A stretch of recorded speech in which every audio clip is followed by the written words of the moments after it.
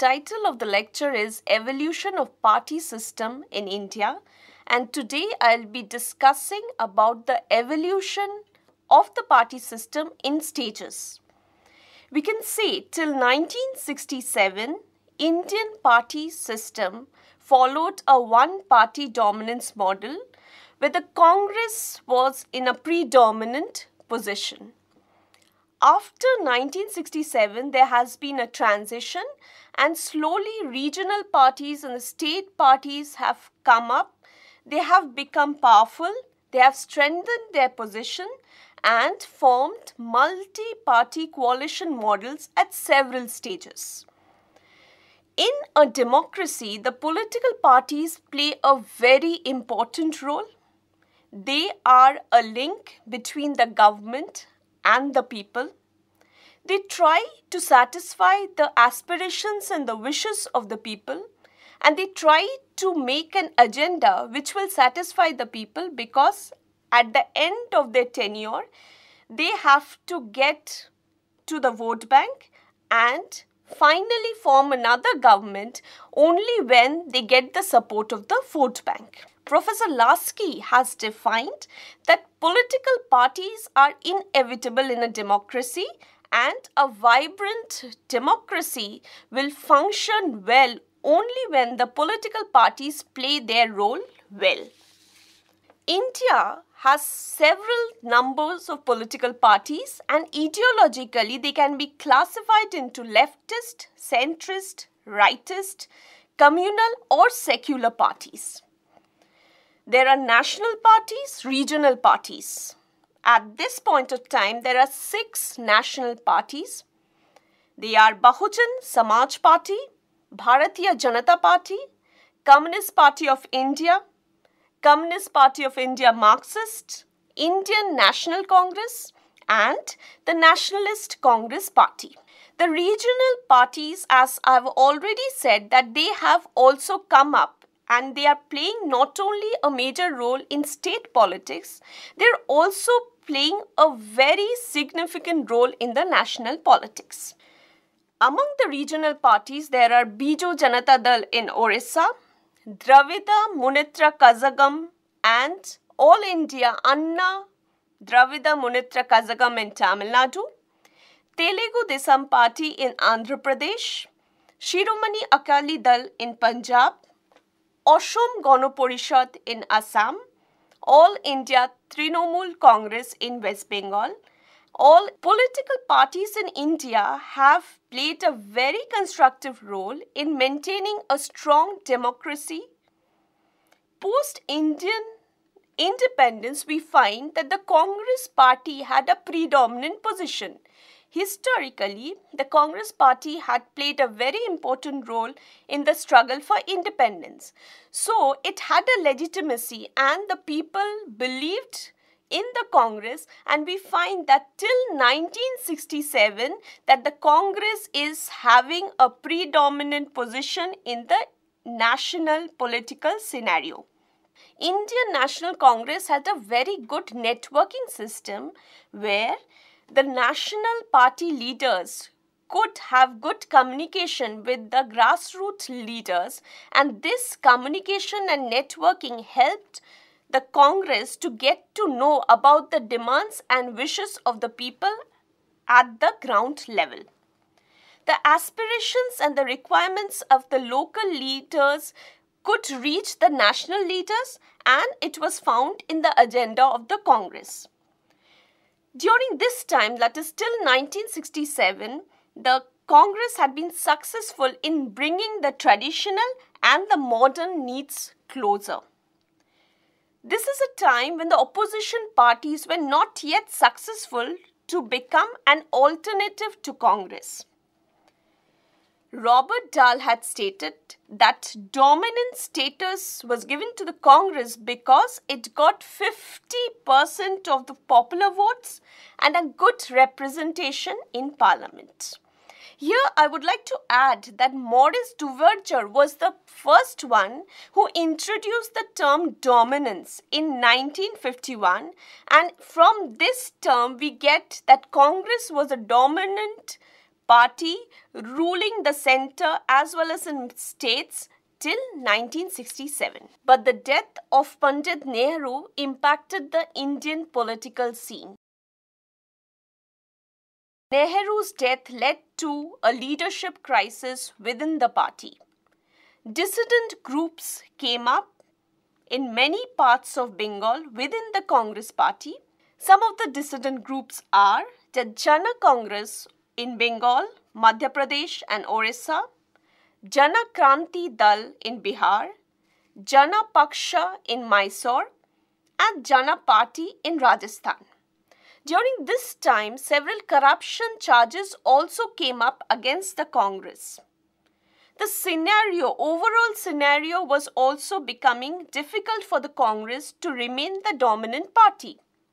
There were rising economic crises in the country as there was devaluation of Indian rupee, a fall in the growth, rising price, famine in Bihar, and several other problems which led to a situation where slowly the position of Congress went down and the state parties came into a strengthened position at the state level. And this was a time period between 1967 to 1971. But now again in 1971 to 77 we find that there is restoration of the Congress and a one-party dominance model again coming up. Now I would like to add here that in 1967 Indira Gandhi was facing a lot of leadership crisis. But during 1971 there was a change and she reached a new high. The position of Indira Gandhi improved a lot and the Bangladesh war was very much a reason because of which Indira Gandhi improved her leadership position not only in the government, in the state, but also internationally. Competitive mechanism within the dominant party of the Congress soon was missing. Indira Gandhi became the main leader and she became the omnipotent leader. No form of opposition or factionalism were accepted by Indira Gandhi and she slowly moved into a system where she was taking most of the decisions with the advice of some Congress leaders. During this time,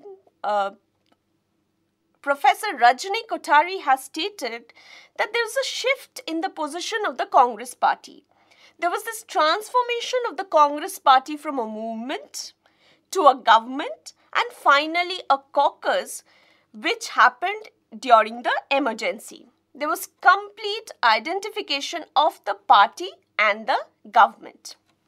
But soon we found that the popularity of Indira Gandhi decreased. There were several reasons for it. There was international inflation, there were droughts, railway workers' strike took place, and several corruption or anti-corruption movements took place where the mass were very unhappy with several moves of the Congress party. These mass movements were led by Morarji Desai in Gujarat and Jai Prakash Narayan. In June 1975, Allahabad High Court took a decision and the decision was against Indira Gandhi regarding malpractices in the electoral system. 1975, 26th June, the emergency was declared and in the garb of the emergency, several violations took place and the human rights were totally destructed. This was a time which followed with the Janata Party Coalition model, that is from 1977 to 1979. For the first time in India, we find a two-party system has emerged where the Janata Party was working with a collective leadership which was trying to bring in all the differences and trying to sort out within its own party. This was totally different from what Indira Gandhi followed in the autocratic leadership during her emergency rule. However, soon we find that in the Janata Dal, there were differences which were coming up. Morarji Desai failed to keep the party together. The Janata government broke up due to several centrifugal forces. By this time, the anti-Congress move was also lessened, and we find that in 1980, Indira Gandhi comes back to power with the support of the vulnerable groups. The next phase, again, there is the restoration of the Congress dominance under Indira Gandhi and Rajiv Gandhi. This was a period from 1980 to 89. The center, we find the Congress dominance during this phase. But one thing that should be mentioned here, that after 1980, the multi-party tendency, it was coming up in the states. New opposition parties were coming up in the states. Nearly half of the states were ruled by parties which were state parties. 1984, Rajiv Gandhi comes to power with a massive mandate. And we can see here that this mandate was very much influenced by the sympathy vote that Congress got after the assassination of Indira Gandhi. Rajiv Gandhi in the initial years were very successful. He went into peace accords, peace processes, so that he showed a lot of tolerance to the dissident groups. Peace accords were signed in Punjab, Assam, Mizoram, Tripura in the mid-1980s. Professor Ashish Nandi has stated here that in the initial 2.5 years of Rajiv Gandhi's rule, there was a lot of legitimacy and support from the civil society. But after that 2.5 years, the support from the civil society soon fizzled out. Several corruption charges against the Rajiv Gandhi government came up. Parliamentary enactment to reverse the Shah Banu case judgment of the Supreme Court annoyed many. And it was said that in order to please the Orthodox Muslim section, Rajiv Gandhi had gone in for such parliamentary enactment even after Supreme Court had gone in for a very revolutionary decision in the Shah Banu case. Rajiv Gandhi also allowed Shilanyas near the disputed site of Ayodhya. So slowly we find that the popularity of Rajiv Gandhi in the initial years slowly melted away. The opposition parties stated that Rajiv Gandhi was ruling with a coterie. There were few people who were having all the powers. There was centralization of power in the Rajiv Gandhi government, and it's a kitchen cabinet which was ruling the country. That is, Rajiv Gandhi with some of his close aides were actually ruling the country. The Congress party, many leaders of the Congress party or many cabinet members did not have much say in the governmental decision. Now we start off with the last phase in the evolution of the Indian political party system, which started in 1989. This phase is very important because we find that there is this multi-party coalition government model which is coming up. This is a phase like in 1989, there was lots of restlessness among the people. There was a north-south divide in the voting pattern, lack of democracy within the Congress, and a large majority of the Congress leaders were being elected from the south. The practice of nominating chief ministers continued during the Rajiv Gandhi rule as it was in his mother's time.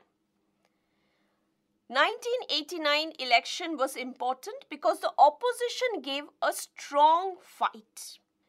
The voters rejected Congress I in 1989 but failed to provide a unanimous support to the National Front. VP Singh became the Prime Minister. He led the Janata Dal and it was a minority government. We have to remember that this phase is important because other than the national parties, the state parties are also getting importance. 1989 election led to a situation where Bharatiya Janata Party and the left supported the government from outside. BJP or the Bharatiya Janata Party took this period as a cooling off period where it could reconstruct or restructure its organization and its leadership so that they could become victorious in the next election. We have to remember here that the BJP was already in power in 6 states during this time. The left took this as a cooling off period where the minority government proved to be a good bargaining position for the left. Prime Minister VP Singh initially played an important and significant role in the National Front government. He brought in conflicting interests together and had tried to reach the consensus. But VP Singh's step to reserve central government and public sector employment for OBCs created a furor in the country. Soon, National Front government faced no confidence vote after Bharatiya Janata Party deprived its support. The Socialist Janata Party split from the Janata Dal. Chandrasekhar became the Prime Minister of a minority government. The Congress supported it. Soon, the 10th Lok Sabha elections took place and the Congress became victorious with popularity in votes as well as seats. This was again a historic situation for the Congress because P.V. Narasimha Rao formed a minority government. And a very important thing is that during this situation of political instability, P.V. Narasimha Rao, in spite of having a minority government, had been successful in completing the full tenure of 5 years. During this period, in the 10th Lok Sabha election, we find that the Janata Dal and the left saw fall in the share of votes. There was improvement in the position of the Bharatiya Janata Party. And another important point regarding this particular stage was that economic liberalization took place during P.V. Narasimha Rao's prime ministership. The liberalization, privatization, globalization concepts were very much implemented during this phase, which has changed the total image of India. 1996 Lok Sabha elections. The Bharatiya Janata Party became the single largest party, followed by the Congress and the Janata Dal. Shri Atal Bihari Vajpayee became the Prime Minister and he led a minority government. He failed to get parliamentary allies' support and ultimately, before the confidence vote, he resigned. Soon, H.D. Devegaura of the Janata Dal led a minority government with non-BJP and non-Congress parties. In the Federal Front, in the United Front, there were several state parties which played an important role. They were Assam Gana Parishad of Assam, Telugu Desam Party of Andhra Pradesh, Dravida Munnetra Kazhagam of Tamil Nadu, and All India Trinamool Congress in West Bengal. The National Conference of Jammu Kashmir also joined this united front of government. Congress and Communist Party of India Marxists were part of the steering committee of the United Front, and there was an apex committee which consisted of the Prime Minister and the Congress President. I.K. Gujral replaced H.D. Devegaura, but soon I.K. Gujral resigned in 1997. In 1998, there was this mid-term Lok Sabha election which was fought in the background of political instability. We have to remember that post 1989, a situation is taking place or happening in Indian political scenario where, except the minority government of P.V. Narasimha Rao, no other governments are being able to complete the full term. And this was a very serious problem in a democracy, in a vast democracy like India. Because if we have elections, number of election, midterm election, it do tax the total budget of the country.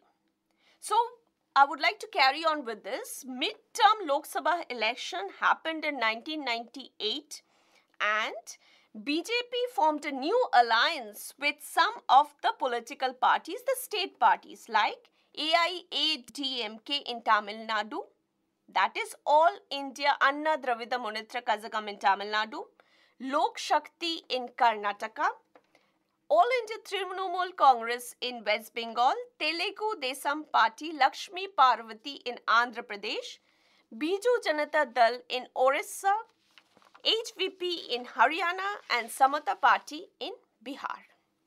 Now, a situation in 1998 where BJP forms the government, but it lasts only 13 months.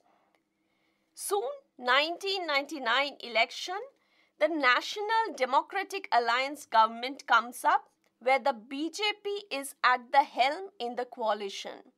As I was continuously telling that slowly the country is moving towards a situation where the state parties are playing very important role. And here we find that the NDA government completes its full form with BJP in coalition, and in 2004 we have another election where there is a fractured verdict again. A coalition government is formed and the government is called UPA or United Progressive Alliance with Congress at the helm with the support of several other parties. Sri Manmohan Singh becomes the Prime Minister. Similarly, in 2009, UPA or United Progressive Alliance comes to power with Congress at the helm and Sri Manmohan Singh continuing as the Prime Minister. A change was found in 2014 where the Bharatiya Janata Party leadership under Sri Narendra Modi obtains a single majority, but still it has gone for alliance with several other parties. Indian political scenario has been changing since 1947, and from the Congress dominant situation we find that the state parties are coming up, and these state parties are providing a reflection of the wishes and the aspirations of people living in far off areas in the country.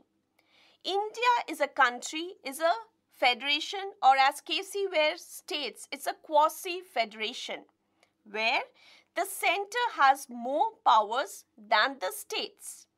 In this federal system, it is very necessary that the center and the states come together in order to help the country to progress. A cooperative federalism is the need of the day, and it is only possible when the national parties and the state parties come together and go ahead with their agenda in order to serve the demands of the people. In this scenario, we have found that the political parties have become more pragmatic. Ideology, it's taking a back seat, and pragmatism is taking a front seat. For the sake of electoral compulsions, political parties are ready to sacrifice their ideological leanings. Their aim is to form the government, and at times it has been seen that for the sake of forming the government, they have totally given up their agenda. In India, the political scenario has a multi-party system which has kept the vibrant democracy alive. A democracy where people and their wishes can be transformed and transferred to the government, and this work is being done by the political parties, whether national or state. Regionalization of political parties have taken place where the local identity and the local sentiments are very important to the political parties now. Parties are banking on these local sentiments. The rise of coalition government with two or more parties joining together are a need of the day, because political parties in a democracy has to fulfill the aspirations of the people and help the country to go ahead. So, in this lecture, we found that the evolution of the parties have taken place. Till 1967, there was Congress dominance, and slowly we found that the regional parties and the state parties are coming up. The coalition model, multi-party coalition models are coming up, and with the national parties, the state parties are combining together to form a government and help Indian democracy to thrive.